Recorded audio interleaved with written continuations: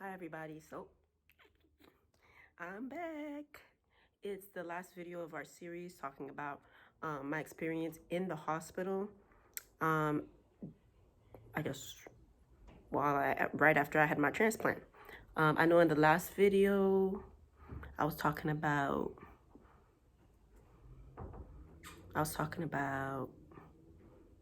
oh yeah, exercise. So in the last video I think I ended on that note, and I just want to say that the doctor is going to tell you what they recommend, whether you should be on bed rest or resting, or whether you should be active. So my doctor thought it was safe for me to be moving around, and so that's why I was walking and things like that, and so that was very important for my recovery. So whatever the doctor says you can do is what you can do. The doctors know what they're doing. The physical therapists know what they're doing in terms of getting you up and moving, because moving around after a transplant is really important.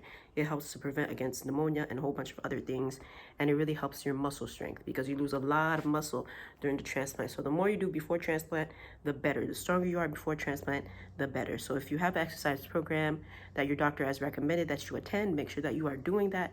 Or if they recommend that you're doing exercise before, while you're listed, or even before they list you, start doing it right away because exercise is paramount. So I just wanted to say that, just to tag along on the last video. So one thing I did want to mention was that I did not sleep that much most of the time, especially in the beginning when I was going through all those having all that anxiety and having panic attacks and things like that because of the breathing. There was like one time where I didn't sleep for like 6 nights straight. And like I said before, the sedatives that were trying to give me when I was on the vent, they weren't working.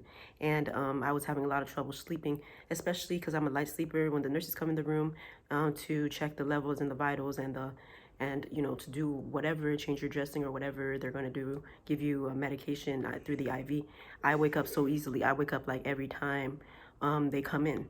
So like I would wake up then, and then I would have trouble falling back asleep. So they tried a whole bunch of different stuff, but eventually melatonin worked, and they sell that like over the counter. So yeah, melatonin finally worked. So you could try that if you're having trouble sleeping. Or for me, I always have trouble sleeping in hospitals because I don't know, I'm just a light sleeper. So like usually I also, another thing is that the chair and the bed, like that's another reason why I couldn't sleep. The bed was uncomfortable. Like the bed is uncomfortable for me. It makes my back muscles hurt. It always has, no matter what hospital I'm in. I've been in different hospitals, and the bed is always uncomfortable for me. So as soon as I wake up, I'm asking to be in that chair automatically. So I was able to sit up on day 2. Again, everybody's different. Some people take longer to be able to sit up. It was painful. It's gonna be painful when they sit you up. It's gonna hurt, but it's better for you to be sitting up than laying down all the time. So definitely, if they tell you you should be sitting up and sitting in the chair, try to get to the chair. Try to let them put you in the chair. So as soon as I woke up, I would ask if they would help me walk to the chair because, of course, they're hooked up to a whole bunch of things. And eventually, because I'm impatient, I eventually, chugged my way to the chair with all my machines and blinds and stuff. But yeah, so whenever I could be in the chair, I would be in the chair. Unless they're going to do a procedure in the room or something like that, I would be in the chair. I did have a hard time eating. Like eating after, like I didn't have an appetite, and eating took me forever because, like I said before, it's really hard to eat and hold your breath and stuff like that. And even after, I didn't really want to eat, but I just try to eat stuff that I thought was tasty and stuff like that. But I mean, prepare for that. For a long time, I would say for like maybe a month and a half, even after I left the hospital, I had a really bad appetite, and I wasn't eating and I wasn't really drinking that much. So like I really had to force myself to get my meals, in. So that, I don't know if that will happen to you. I had my the epidural, the catheter, and like a couple chest tubes. I was about to say like a lot of chest tubes, but it wasn't a lot. But they were all removed the same day because the catheter and the epidural come out around the same time. That was around 17 days, and I was in the hospital for 21 days. So yeah, they took it out, and they take them all, the epidural and the the epidural and the catheter come out, the Foley come out the same day. Okay, they're gonna tell you that in class if you have a class about it. I'm keep trying to think. Oh yeah, so yeah, back to the physical part. I was walking a lot, and like I said, that's really important. And I think that was critical in me getting discharged after 3 weeks instead of having to stay there longer. And definitely helped my carbon dioxide levels a lot. So if you're having trouble with carbon dioxide, remember that walking really helps, if anything. So if you can walk, walk. I was getting to a point where I was walking like 60 laps a day because there's nothing to do. There's nothing to do. I would just get on the phone and talk and walk. Or I would just turn on Netflix or Hulu or whatever streaming service I have and just watch something and just walk. Because, I mean, sitting in the chair gets boring. You're in the room all day. And like I said, you know, there's not really much to do, but you might as well just walk if you can. And I just try to walk through the pain. If I was in a lot of pain, I tried to walk through the pain to distract myself and watch something and distract myself. Because after I felt better, Netflix was my good friend. Okay, and to be honest, I was just grateful to be able to walk, especially after the whole thing, the first couple of days where I really couldn't. So that was helpful.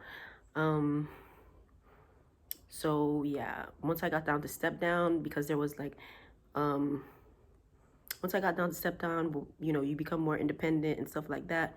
I was definitely walking a whole lot more than I was in the ICU, and so that was good. So the docs were really happy, and I felt like that's what kind of like made it better. And I really wanted to make sure that I was doing that because I really wanted, because I was always thinking about when I had to go home. So like I didn't want to have to go home and have to be really, really relying on people because trust me, when you get home, it's going to be another thing. Going home is hard too. Like when you're home and you realize, oh, I need help with this and I need help with that. And that's stuff that you didn't need help with before. It can be really frustrating. It can be annoying. And you have people helping you, but you just want to do it yourself. So going home is a whole nother thing. And I wanted to be as ready as possible. I didn't want people to have to help me get out of bed. And I didn't want people to have to help me walk to the bathroom. And I didn't want people to have to help me to stand up. I want to be able to do at least basic stuff by myself, get dressed by myself, and at least, you know, do hygiene stuff, do like the basic stuff, even if, you know, I can't, you know, stand up and cook for a long time or, you know, completely do everything, but something, like, you know what I mean? So I was really, really worrying about getting strong, getting better, and I had to practice the stairs. I asked to practice for the stairs. I told them, hey, I have stairs at my house. It's 2 stories. I really need to, the apartment that we are in, I really need to be able to make sure I can go up the stairs. So I made that super important, and I think I went on the stairs like 3 times. So they helped me with that. So yeah, my mom got to come home. Like I said, come home. She got to come to the hospital a couple days before I was discharged. And so yeah, I talked her ear off. I talked her ear off. She was probably like, this girl is mad annoying. Like she must have not had any human contact because like the nurses, they talk to you, and definitely that respiratory therapist, she saved my life. And I told her, I was like, you saved my life with all those pep talks and stuff. But most of the time, you're pretty much by yourself with your thoughts and the TV and things like that. So you don't have really that many people to talk to. It gets pretty lonely, at least for me. I don't know. I like to be around people. So, you know, and I'm an introvert, and I still was like, this is like mad boring. So when my mom came, I definitely talked to her. I was like, Mommy, look at my face. My face got buried, but it's better. Mommy, look at my hair. Mommy, guess what happened to me? Oh my God. You know, like, oh my gosh, let me show you the hallway. Let me show you how many rooms there is on this floor. Just talking a lot because, yeah. Because remember with COVID, I actually got my transplant and then the same day or the day before they started that protocol of like no visitors. So we couldn't have you can't have any visitors at all. So literally I was in the hospital by myself the entire time recovering, like after surgery. And so yeah, I would have loved to have my family there. I know some people were like, you know, it's okay, I could talk to them on the phone, but I'm one of those people. I really think my recovery would have been smoother, especially those first couple of days, if I had family there. I mean, even if Rachel was there, even though she's evil. Just kidding. She's not evil.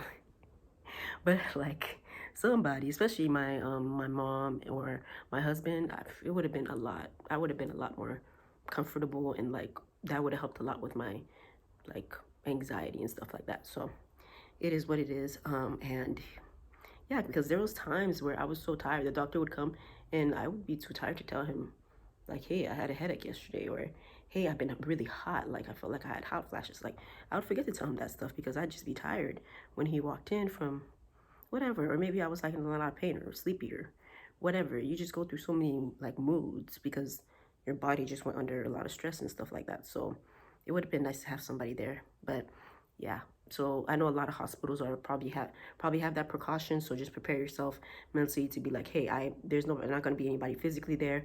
I'm going to literally be doing everything via chat. Okay. So yeah, she came and they basically I guess like gave her a training, kind of gave me a training. I was like kind of like a little bit like, yeah, you know, I've seen this stuff before, but it was good to have, definitely good to have a refresher, because there was a lot of things in terms of like the food thing, because I really wanted to know what I could eat. So there are several things that you're not supposed to eat ever again after transplant, and there are some things that you can't eat for the first 3 months and stuff like that. And you know, certain things that you should avoid, certain places that you should avoid, like, you know, so your doctor will talk to you about, you know, your restrictions depending on what type of transplant you had, and you know, your condition and things like that, like what you can do and what you can eat. So they reviewed everything in terms of monitoring like vital signs, monitoring your blood sugars, monitoring your physical activity and things like that. So yeah, so going home was definitely a game changer. And if you want, you can comment below if you want to see, if you want me to do another video talking about like what it's like after when you get home. I can talk about my experience, but definitely was a big transition from the hospital to coming home. And yeah, I can talk about that if you want. So if you want to see that, definitely leave a comment down below. Hygiene, guys, let me tell you something. When you're in the hospital, nobody is worrying about whether you're cute. Okay, especially after you have had a major surgery. So be ready. Be ready. Bring your brush, bring your comb, so that when you feel better, you can take care of yourself. Listen, nobody gonna be washing your hair. I don't know anybody whose hair got washed. I know my hair was not washed, okay? I went in with some twists or braids in my hair that I had put in, and then, yeah, they were in the whole time. They were in the whole time. If you want to wash your face, sometimes you got to ask, because remember, everybody's worrying about, you know, making sure your vital organs are working, and your body is working, has just gone through a major thing, and your body's like, hey, I got to make sure your heart, your kidney, your liver, your major organs are working. I'm not worrying about your hair, right? So just like that, you know, nobody's worrying about if your face is washed. Nobody's worrying about if you had a booger in your nose for 2 days, and really, and you can't get up and look in the mirror. Remember, you're laying in bed for a while. You can't get up and look in the mirror, so just keep that in mind. I did feel ditzy for a while, and meaning I would forget little things like, where's my keys? And my husband would be like, they're in your hand. Oh. Or, did I take my pills? Yes, you just took them. Like nothing super major, just like little things. It's not like I would forget my name, but just like little things, and that happens because of the anesthesia, so prepare yourself for that. But despite that, I thank God every day for you know, the opportunity that he gave me for my new lungs and things like that. So definitely, especially after I went through the whole ordeal of the breathing issue, like I said before several times, it was a big deal. And seeing that experience with the vent, big deal. But I definitely want to share this with you. You need to make sure that you have a mask, that you buy a mask or whatever. This one has a filter. I don't use the paper mask. I asked the doctor, what mask can I buy? And he suggested this one. This is a Vlog mask that I got on Amazon. So I'll put the link on. My face is like round, so it always like looks weird on me. This strap, I messed it up, so I gotta fix it. But I'll leave the link down below in case you want it. Okay? So, yeah. But thank you for watching. Please don't forget to donate to our GoFundMe, and we'll talk to you later. Bye.